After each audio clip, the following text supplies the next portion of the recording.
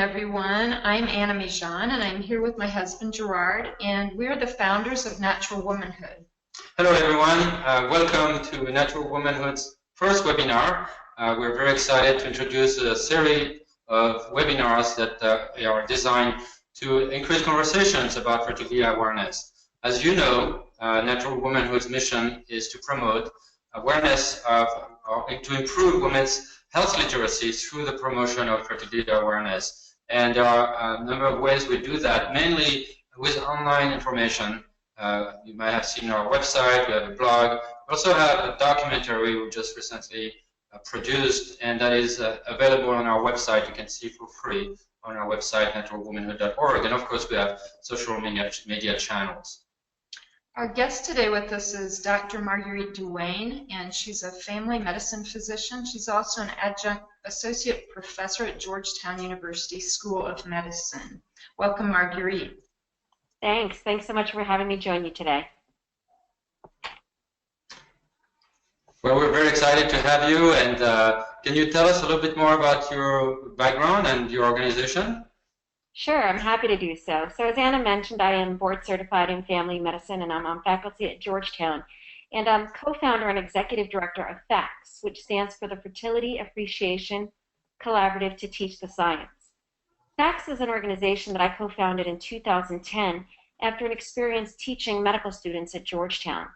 The mission of FACTS is to educate our healthcare professional colleagues, doctors, nurses, midwives, medical students, pharmacists, any healthcare professional interested in learning more about fertility awareness-based methods. Our goal is to share the best science and the best evidence-based fertility awareness methods that women can use.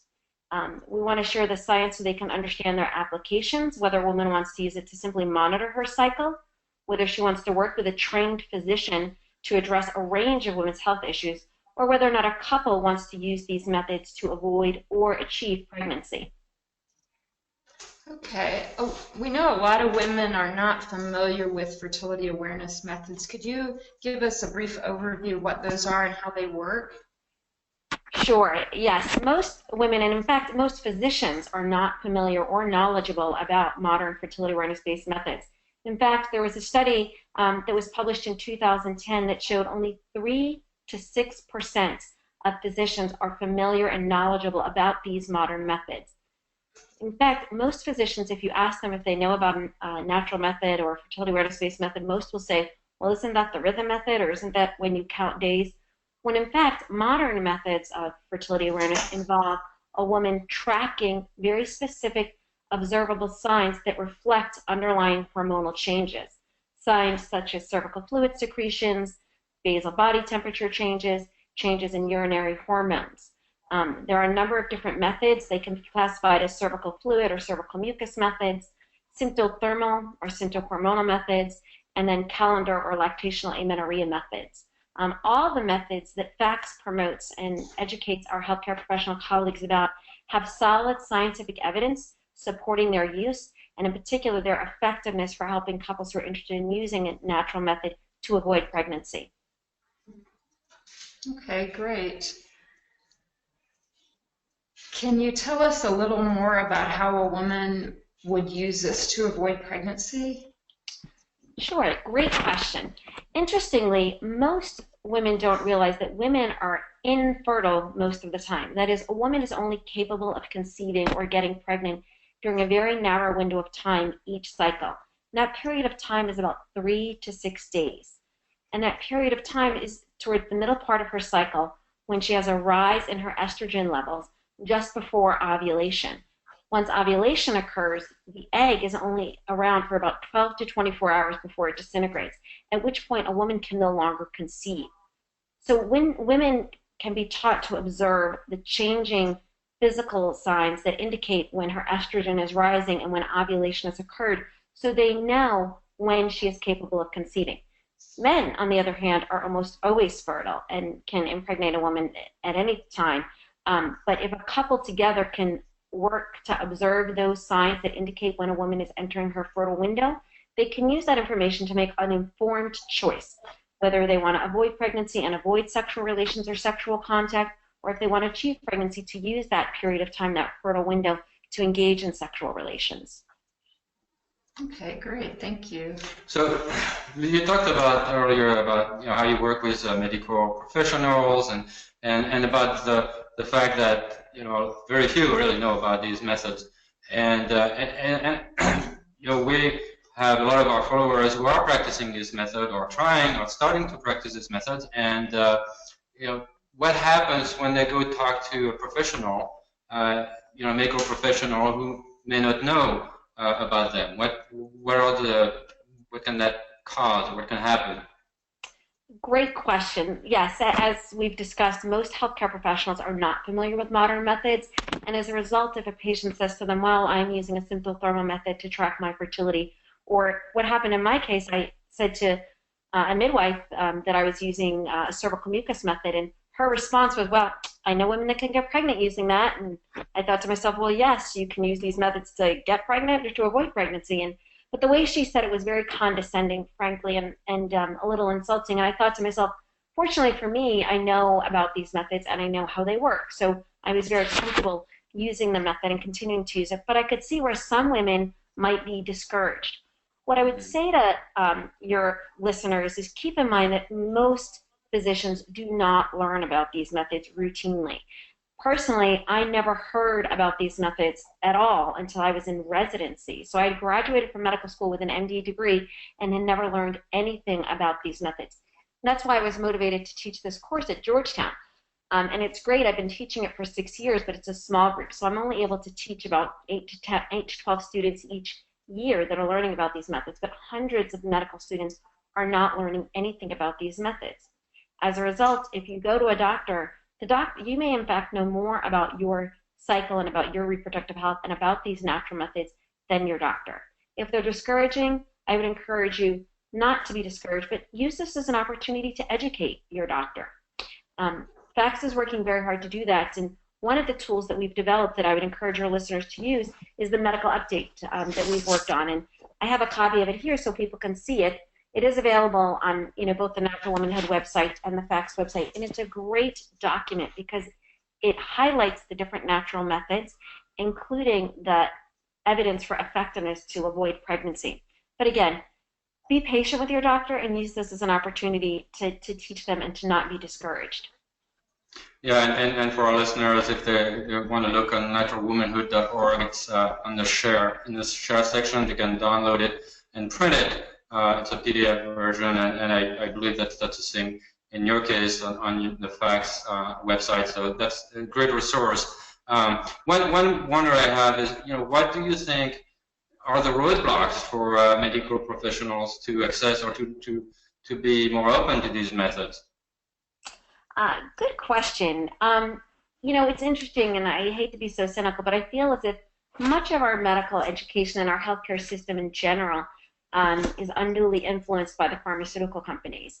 And frankly, it's much easier and much faster for a doctor to prescribe the pill, much more profitable to place an IUD than to actually sit down and take the time to discuss with a woman or a couple what are the different natural methods.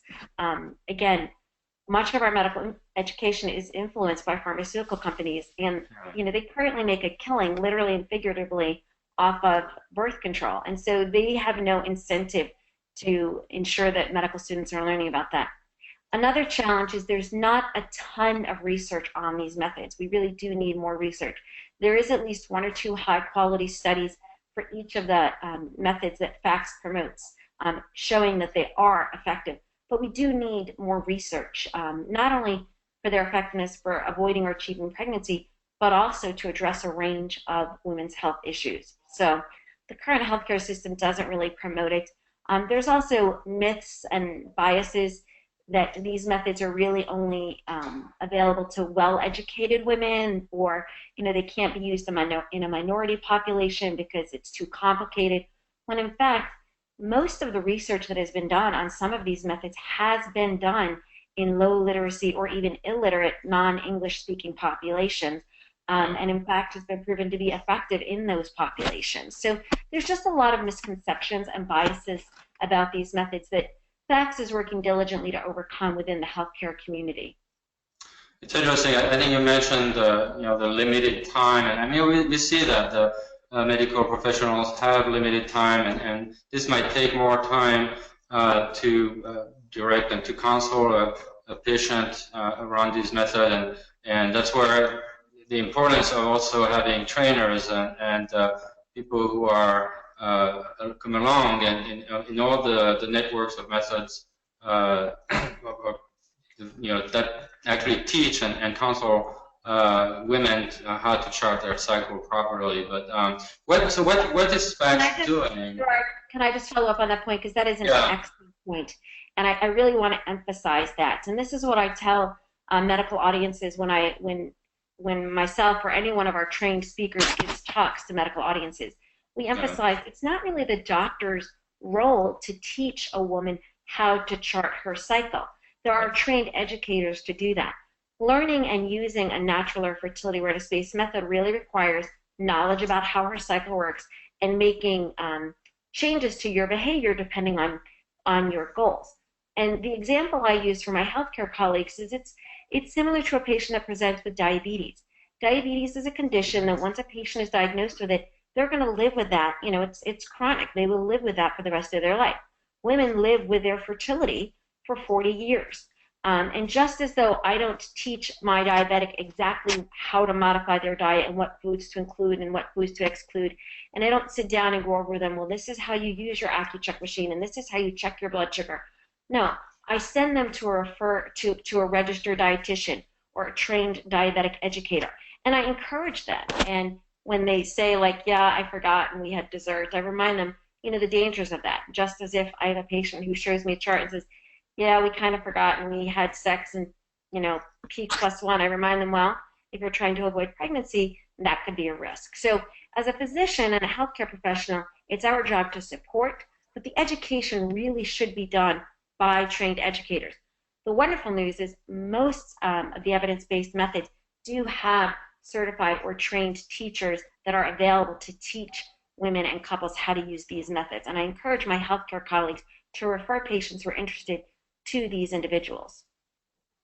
And now, especially, there are so many ways to learn. Of course, you can learn on face-to-face or in a class, but there are online programs available as well. So it's much more available than it used to be, and I think that's gonna help a lot. What are some of the things FACTS is doing to really change the minds of medical professionals?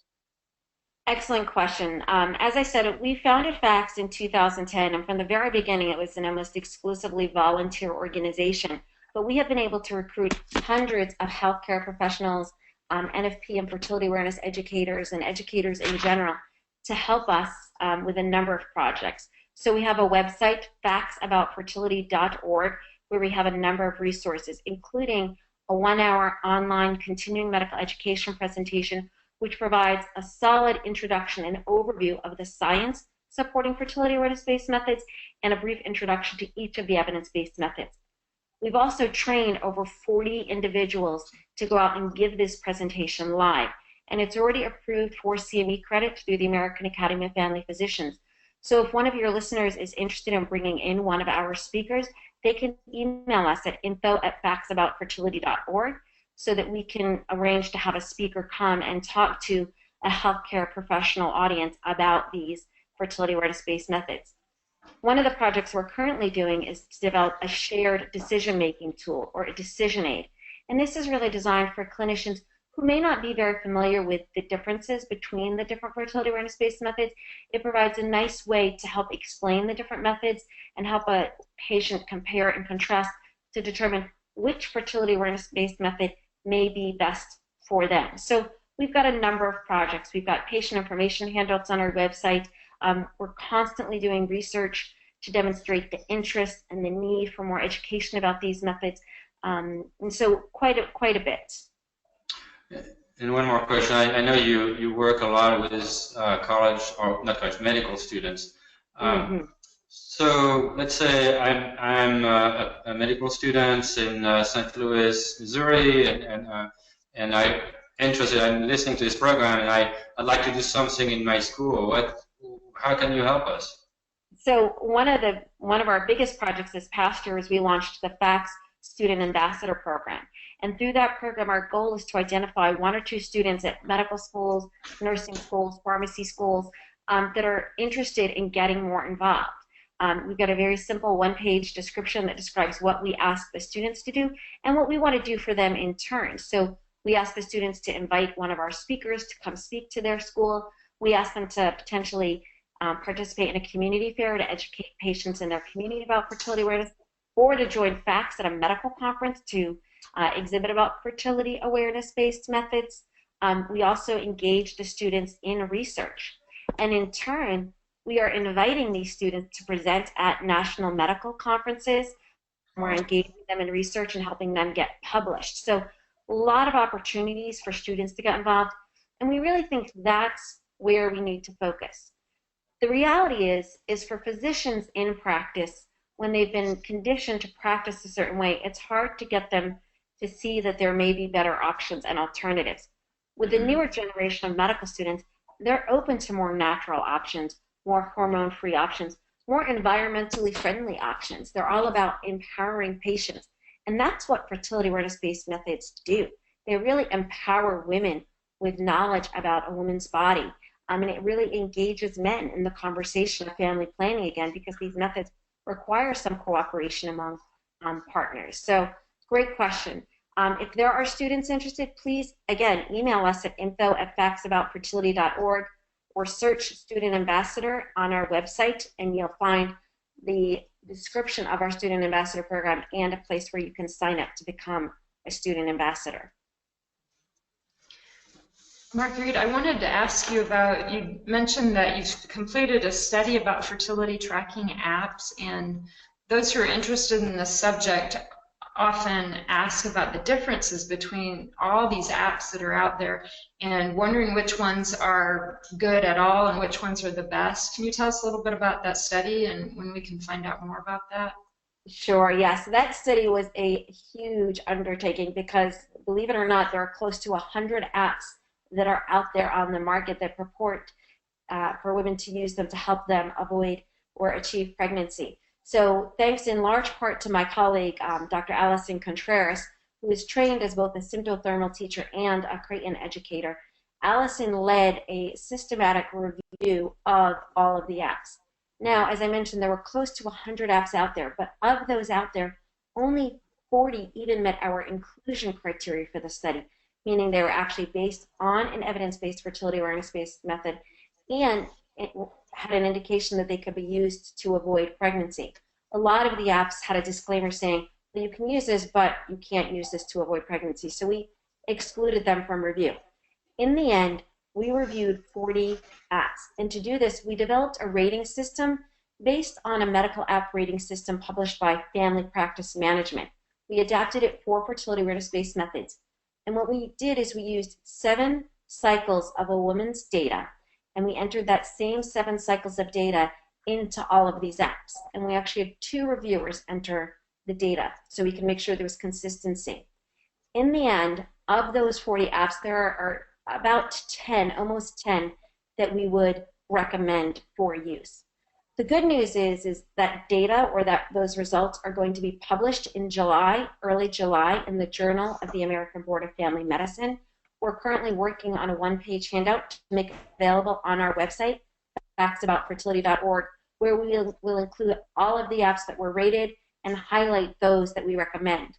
And in order for us to recommend them, if these were apps that predicted the fertile window, we wanted to make sure that they accurately predicted the fertile window, meaning when the app said you were fertile, that was consistent with what the cycle data showed. There are some apps that do not predict the fertile window, and we wanted to make sure that for those apps, they included specific guidance or instructions explaining to the woman she really needed to learn the method, again, from a trained instructor to know how to use it correctly and use the app as a tool really to support her tracking of her signs. So we're super excited about the app review. I'm incredibly grateful again to Dr. Allison Contreras, who did an amazing job leading that study, and we're looking forward to the results being published in July. We will be happy to share them and encourage you to post those on your website, and they'll also be available on our factsaboutfertility.org website. That's Great very, resource. very exciting. One thing I really want to clarify, because you have 40 apps, you have 10 that you recommend, because they actually predict accurately the fertile windows. That means what you found is that between the manual observation with traditional charting and the app, there was more convergence, right? Is matched, it matched the, is that what that means? I'm sorry, Gerard, could you repeat the question? I didn't quite understand. Just to clarify, when you say out of the 40 that you tested, okay, there were 10 that you recommend because of the accuracy of the prediction of the fertile window, right? Yes, well, some of those do predict the fertile window, and they had to predict the fertile window accurately. There were a few that did not predict the fertile window, but stated that and emphasized that it was important for a woman to learn how to use the method correctly, and use the app to support her use of the method. Yeah, and I think that's important. People may be comfortable with an app. It's just the expectation that you have of the app in terms of, like, if you think it's going to actually predict the fertile window and it's off, and it's not reliable that way, then you need to know that. Right. And just use it as a tool. The problem is if a woman is relying on an app and the app is not well designed and the app fails, a woman or a couple might not think it's the app. They may then blame the method, when in reality, the methods themselves have solid evidence to support their use. Yeah. And the app is really a tool that can be used in conjunction. But again, it's really important for couples to learn to use these methods effectively. They need to be motivated to learn to use them effectively, and they need to learn how to use them from a trained educator, and really use the app to supplement their use of the method.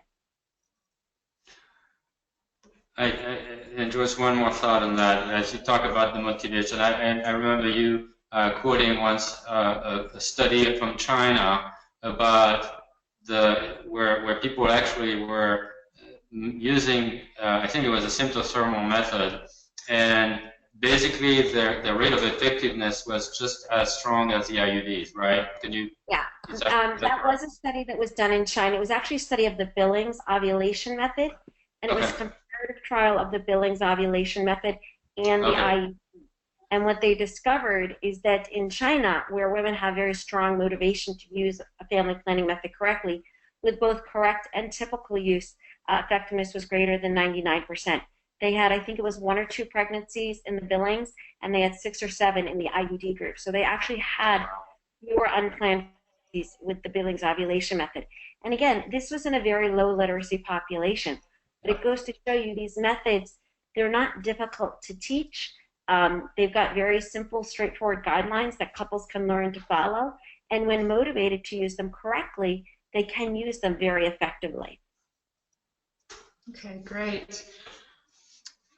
Both Natural Womanhood and FACTS were working together to raise awareness and help more people know about these methods and to understand them better and realize the effectiveness of them and the benefits. And I was wondering, people watching this webinar right now, how they can become involved and become an advocate for these methods and helping us raise awareness and bring forth the truth about these methods. Well, I think Natural Womanhood has done a fantastic job really kicking it off via social media and the web. I'm constantly impressed by your number of followers and supporters and bloggers. So I would encourage people to, if they don't already, like FACTS on Facebook at factsaboutfertility.org, or follow us on Twitter at facts_fertility. We are also launching our blog.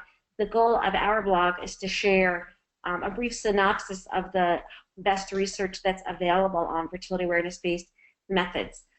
In particular, to help FACTS spread the word, we encourage your listeners to print out the medical update and share it with either their own physician, family members who may be healthcare professionals, or other healthcare colleagues.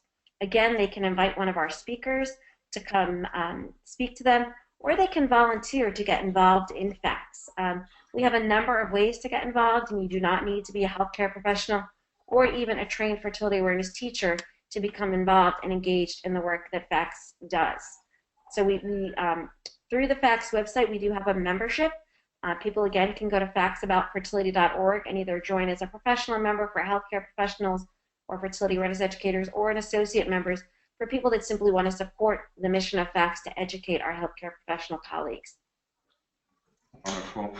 Well, thank you, Marguerite. I mean, we're really excited about working with you as well. And actually, we could mention coming up, right, the presentation for patients that's going to be made available in June to all the, or actually July, to all the 40 speakers. So that's another option for our listeners if they want just a general community presentation. That will be available, and that was done in partnership with FACTS and Natural Womanhood. So thank you so much. Great job. We're really excited about all the work you're doing, and look forward to working along with you a lot more. So. Well, thank you. It really is a pleasure with you and Anna to help spread the truth about the science supporting fertility awareness-based methods. And I think together, this movement will only continue to grow and really make a huge difference in the lives of women and men everywhere. Definitely. We want to thank our audience for tuning in and for sharing our materials, sharing our social media, and helping us spread this word in your networks. And this is how this movement's going to grow and how more women are going to be able to benefit from this. And if you have any questions that you'd like us to answer, suggestions for webinar topics you'd like to see in the future, please feel free to reach out to any of us at any time. Thank you very much, and we'll see you in a month. Take care.